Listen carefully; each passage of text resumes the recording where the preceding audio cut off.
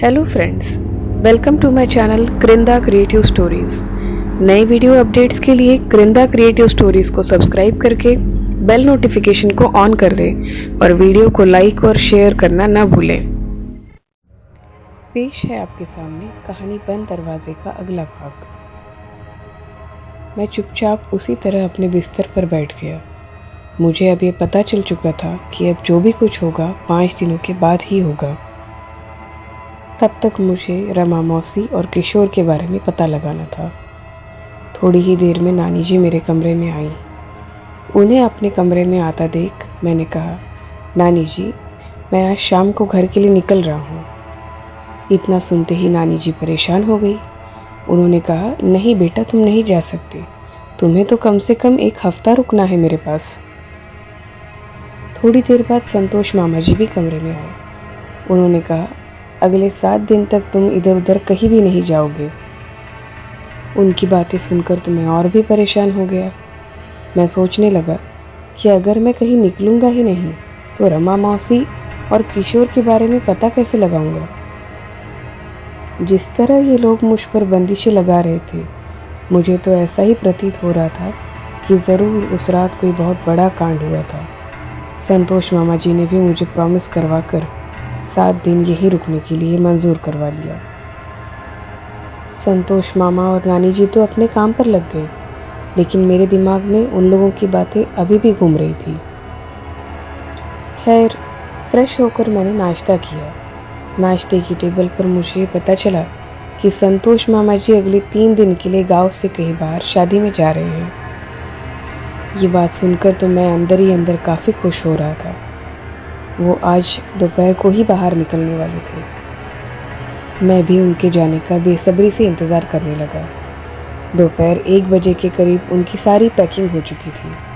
करीब 2 बजे संतोष मामा जी शादी में जाने के लिए रवाना हो गए।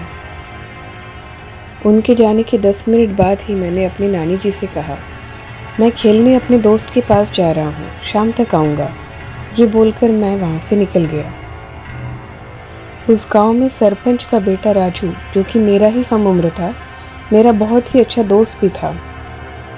मैं हमेशा से उसके साथ क्रिकेट खेला करता था, लेकिन आज मेरे दिमाग में कुछ और ही चल रहा था। आज सबसे पहले मैंने उससे एकांत में ले जाकर किशोर के बारे में जानना चाहा, लेकिन उसने हर बार मना कर दिया। उसने कहा कि उसे कुछ पता ही नहीं है। मेरे बार बार पूछने पर भी उसने कहा कि उसे कुछ मालूम नहीं और कुछ याद नहीं। राजू की बातें सुनकर तो मैं बहुत निराश हो गया था। हम दोनों की इन बातों को वहाँ कोई और शख्स भी चोरी छिपे सुन रहा था। राजू ने मुझे कहा, चलो क्रिकेट खेलते हैं, लेकिन अब मेरा मन खेलने में नहीं लग रहा था। मैंने मना कर दिया कि नहीं यार, अब नहीं खेलूँगा, और चुपचाप फील्ड के बाहर जाकर बैठ गया। करीब 2 घंटे के बाद जब मैं वहाँ से घर जाने के लिए निकल रहा था, तब रास्ते में एक शख्स ने मुझे पीछे से आवाज़ दी।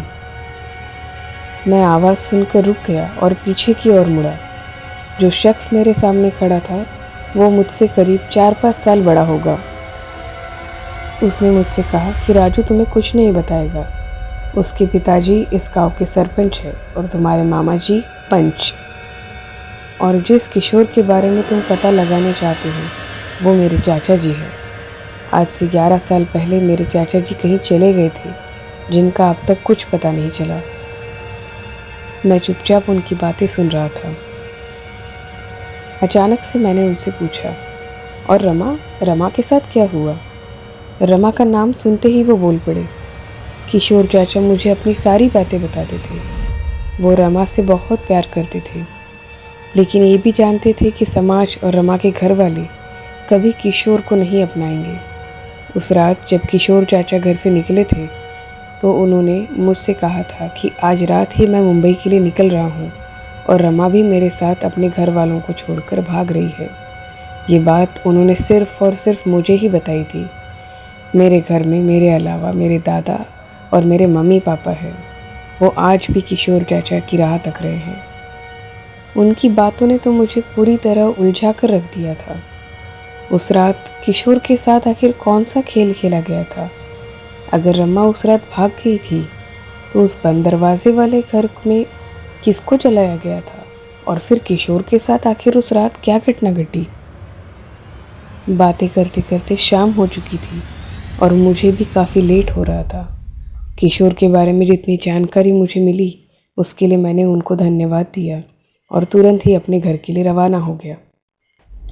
आगे की कहानी सुनने के लिए चैनल को सब्सक्राइब करके बेल आइकॉन को क्लिक कर दें और हाँ, कहानी के बारे में अपनी राय को कमेंट बॉक्स में ज़रूर बताएं।